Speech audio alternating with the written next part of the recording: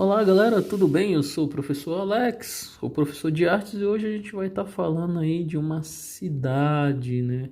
De uma cidade chamada Pompeia.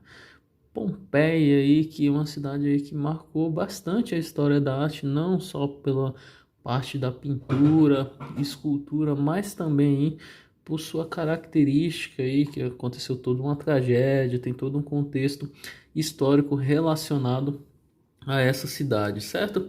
Então, só para a gente entender, pessoal, sobre Pompeia, vamos entender também sobre a ideia aí do vulcão Vesúvio, certo?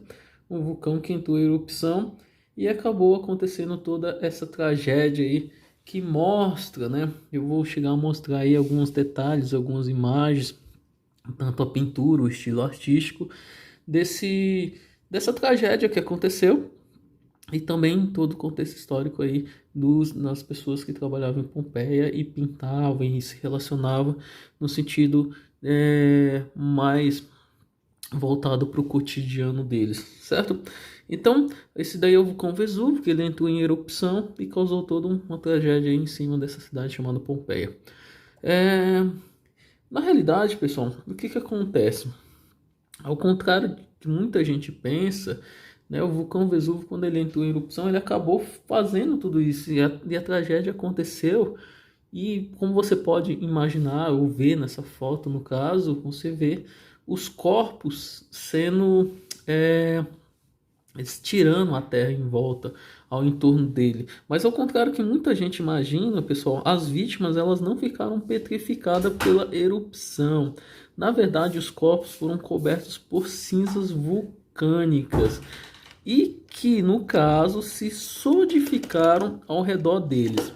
À medida que a carne, no caso, os órgãos internos, a roupa, eles estavam se decompunham-se, no caso, então restaram no lugar um espaço vazio, galera.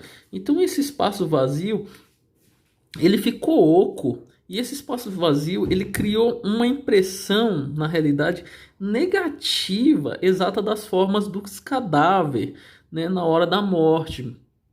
Então é só uma explicaçãozinha para a gente tentar entender todo o contexto histórico disso daí. Só repetindo para vocês tentar entender. Então, à medida que a carne, no caso, os órgãos, as roupas, elas acabaram de se desaparecendo, restava um espaço vazio. Então, esse espaço vazio, pessoal, eles tentou preencher aí, né, com espécie aí de gesso. Então teve um cara aí a partir do século XIX, um arqueólogo chamado Giuseppe Fiorelli.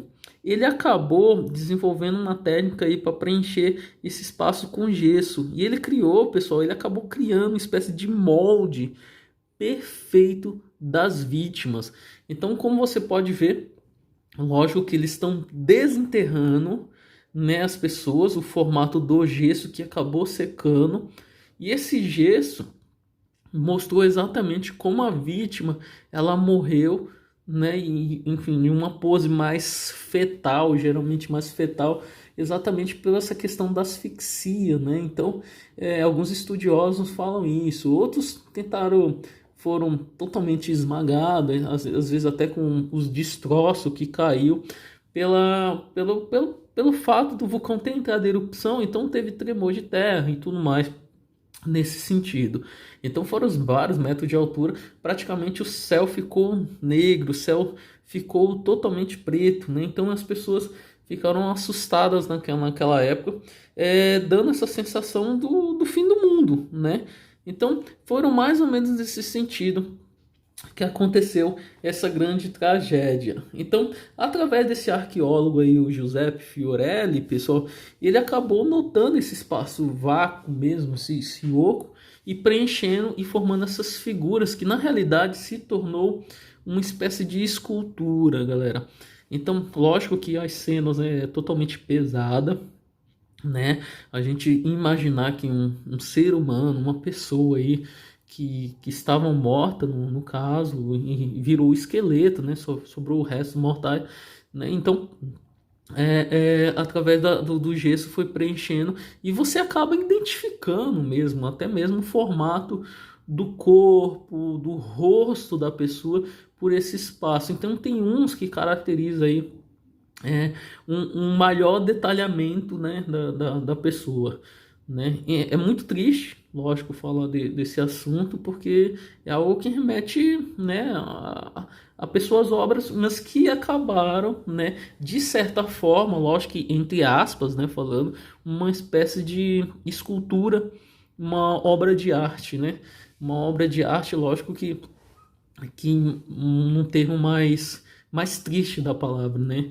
Então, foi mais ou menos essa questão que aconteceu no Vesúvio. Então, o vulcão Vesúvio entrou em erupção e acabou causando toda essa cidade, nessa cidade chamada Pompeia, né? Então, muitas pessoas morreram devido a essa erupção desse vulcão. Aí, maior detalhamento, como você pode ver, né? Nessa pequena ilustração aí que mostra exatamente como a pessoa ela acabou sendo soterrada pelas cinzas. Essas cinzas, né, ficaram no entorno da pessoa, em volta da pessoa, e conforme o tempo foi passando, a carne foi sumindo, né? Foi sumindo os órgãos da pessoa, mas mesmo assim ficou o espaço vago. E foi exatamente nesse espaço vago onde o nosso arqueólogo Giuseppe Fiorelli, ele acabou desenvolvendo essa técnica e criando, né, jogando gesso numa espécie de buraco, e através desse buraco foi preenchendo todo esse espaço vazio e dando essa ideia depois das pessoas ficar uma espécie de obra petrificada, né? Como se tivesse viraram pedras, né? Mas na realidade foi exatamente pelo fato dele ter jogado gesso. Muitas pessoas questionam, falam, viraram pedra. Enfim, não foi nesse sentido que se transformaram em pedra. Foi exatamente a partir daí do século XIX, quando o arqueólogo ele acabou jogando. E por incrível que pareça, galera, você consegue visualizar através dessa escultura até mesmo a roupa, detalhes e características da pessoa, né? Então é muito subjetivo falar isso, mas foi exatamente isso que aconteceu. Para a gente continuar essa videoaula, gostaria de mostrar para vocês aqui a Pompeia, no caso, né?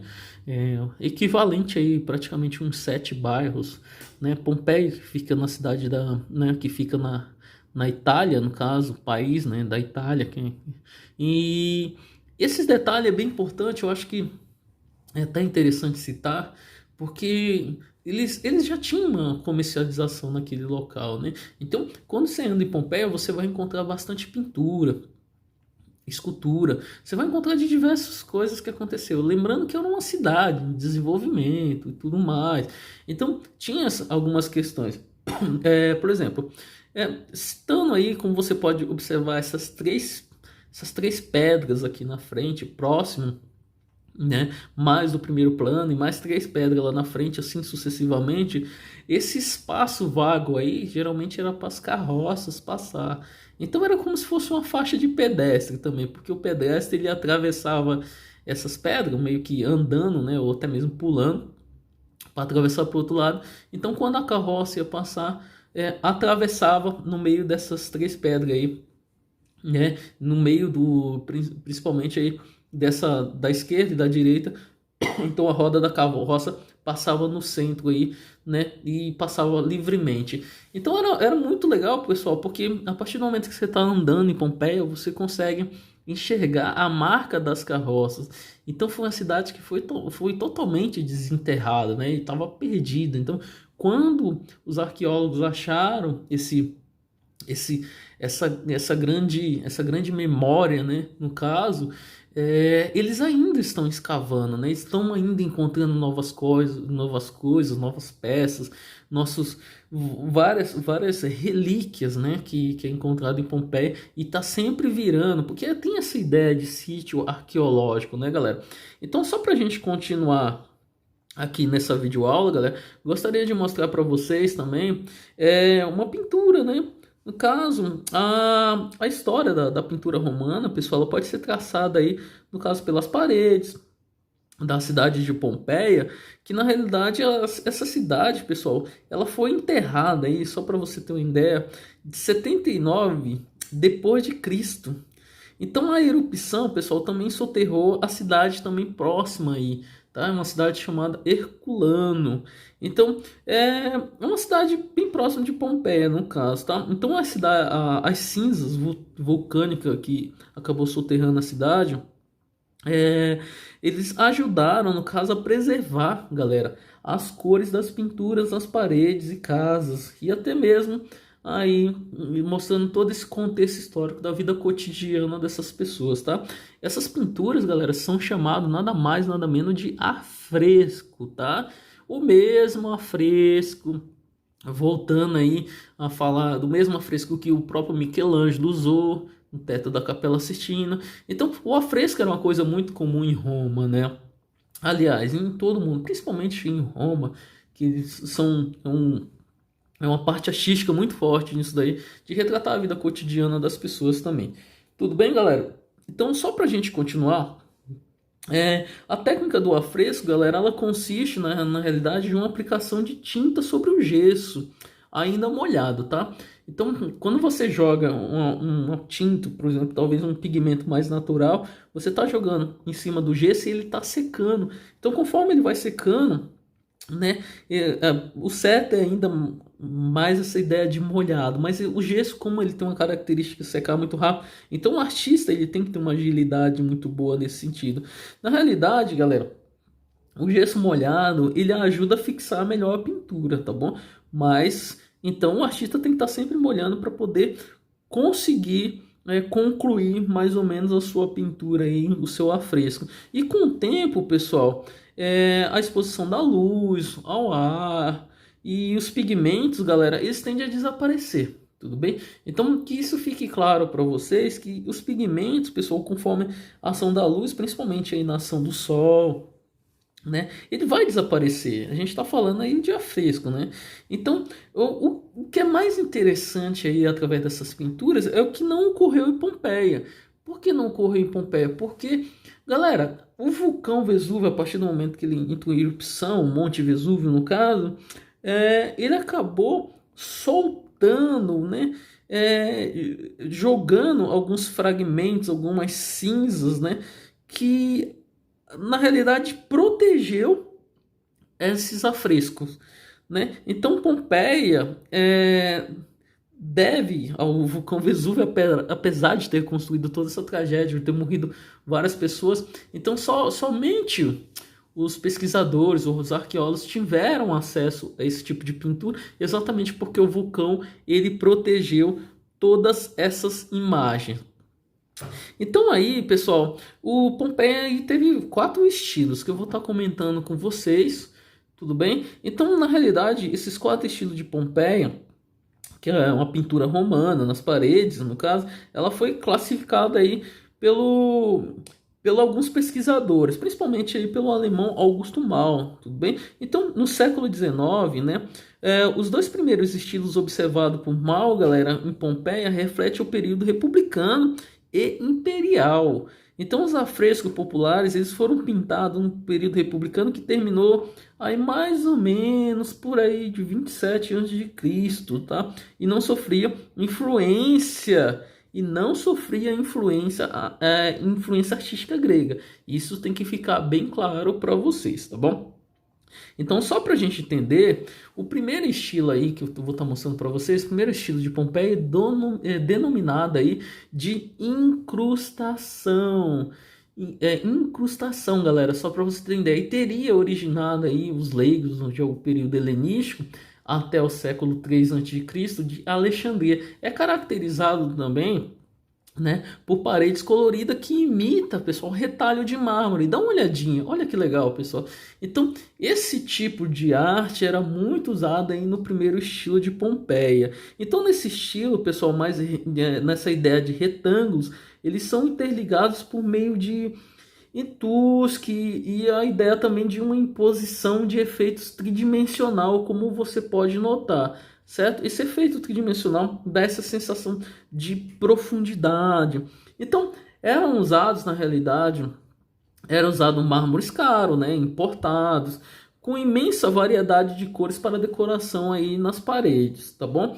Então, como nem todos tinham as condições financeiras de pagar, habilidosos pintores daquela época, eles imitavam, galera, eles imitavam certos mármores. Olha a perfeição, pessoal. A gente tá falando aí, galera, de um período aí onde esses artistas já tinham uma noção enorme desse tipo de arte.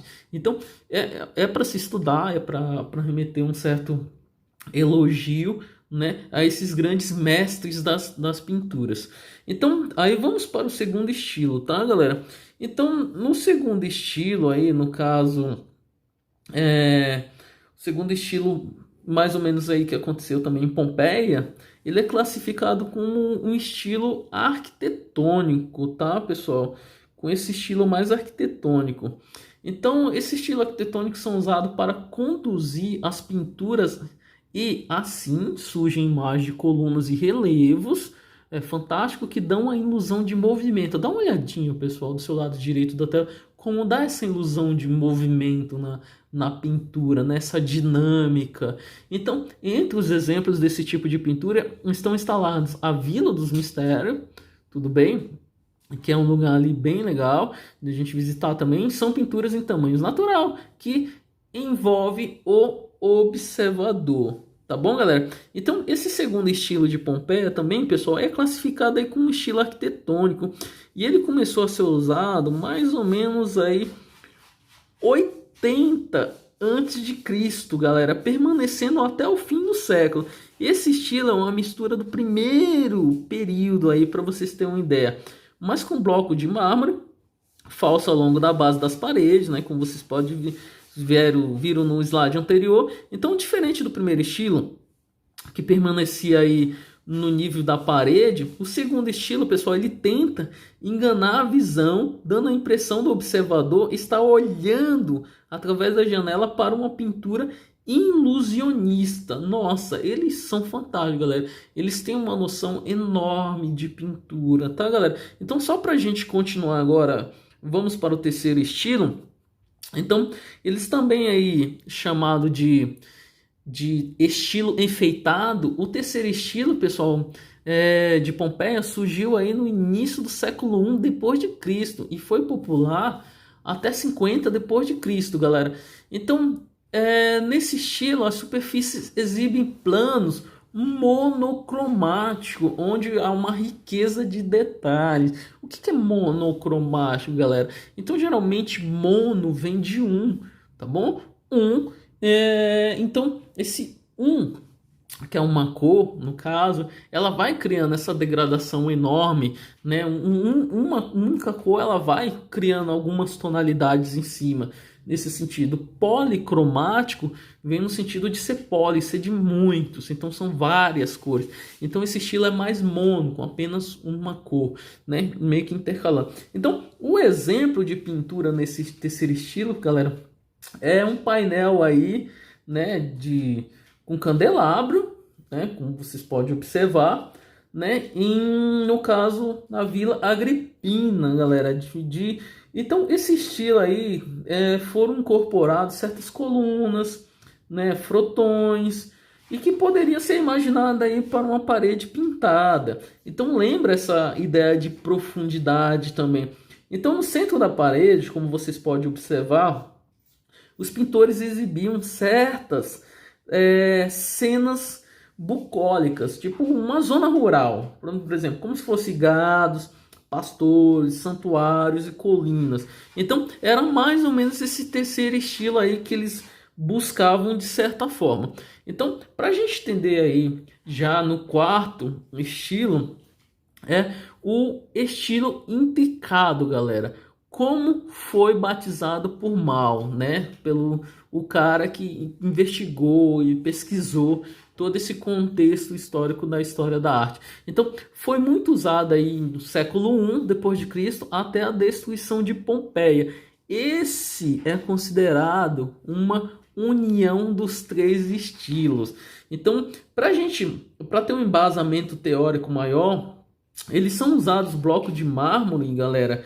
São usados como bloco de mármore na base das paredes, assim como no primeiro estilo. Como vocês podem observar, lembra do primeiro estilo que eu passei para vocês. Então, cenas arquitetônicas, naturalista, como no segundo estilo, grande superfície planas, como detalhada, no caso arquitetônico no terceiro estilo. Então tem uma série, é uma junção na realidade de vários estilos. Então no quarto estilo são encontradas ainda imagens em painéis centrais incorporado a ideia da mitologia, paisagem e imagem da vida cotidiana.